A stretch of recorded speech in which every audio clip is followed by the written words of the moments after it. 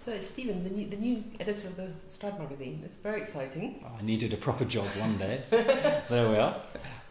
Well, I'm very excited about it because it's a theme, it's a very important theme. It is.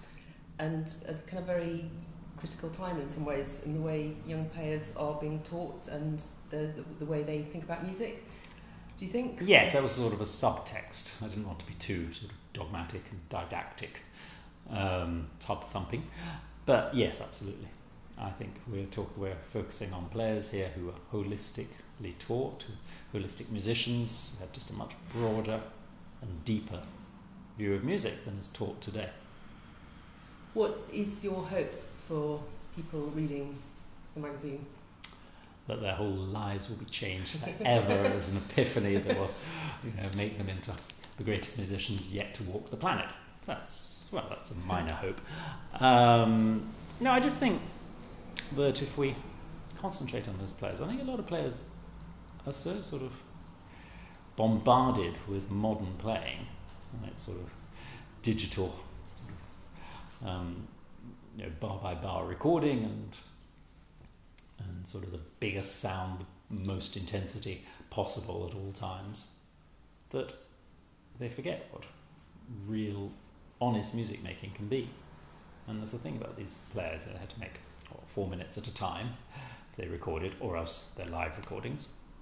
And there's just something so true about the playing of, say, Enescu or Thibaut or Casals or Isai, all these people, Kreisler, Huberman, and so on. There is just, we feel, despite the fact that technology of recording wasn't so advanced then, it's not bad at all. From the 1920s onwards, I think one can really feel the sound of these players and their presence. Of course, it would have been different to hear them live, but since we can't, we can get a lot out of these recordings. And somehow I feel very healthy when I listen to these recordings, which is not always the case with modern recordings. And also I think something quite interesting is that perhaps to some people they sound dated. They don't to me. And actually, if you think of the Bach playing of Casals, for instance, I think it's much closer to the way that the original instrument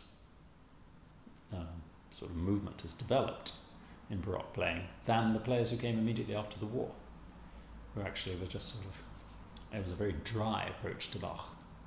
And Casals has much more sort of improvisatory freedom, and yet also the discipline that I think the best period instrument players have today. And so I've always found that interesting, that it's, because he goes closer to the true spirit of the music, and that's of course what everybody's trying to do. But I think the original instrument movement has given us a lot of new information. That's great, and it's funny that Casals just, I think, felt it instinctively.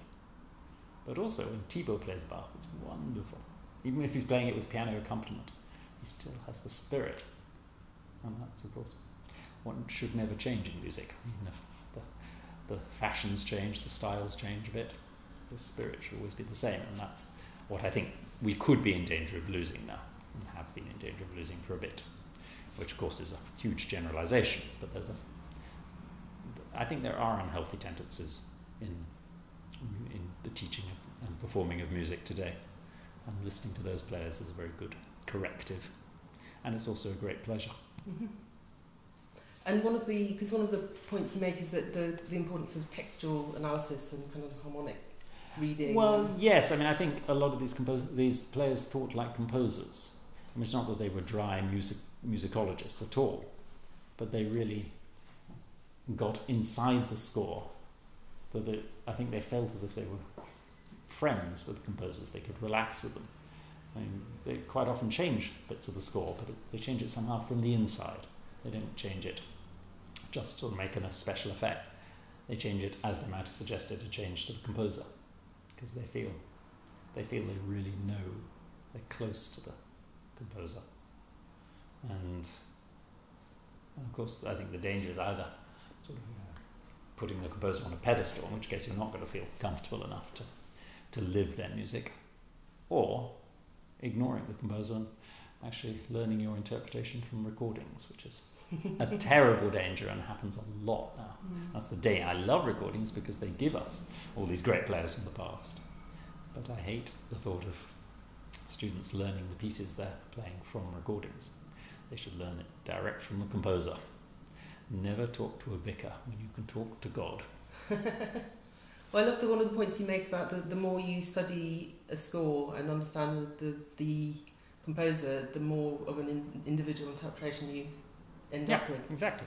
Well, the better friends you become with the composer, the more you'll understand them. And we're like actors. We have to enter the characters that we play. We have to be those characters. And you can't be those characters unless you read what the words are, and you really know what those characters say and why they say it. But first of all, you have to know what they say, so you have to study the score, and then you have to think about the score to understand why the characters say what they say.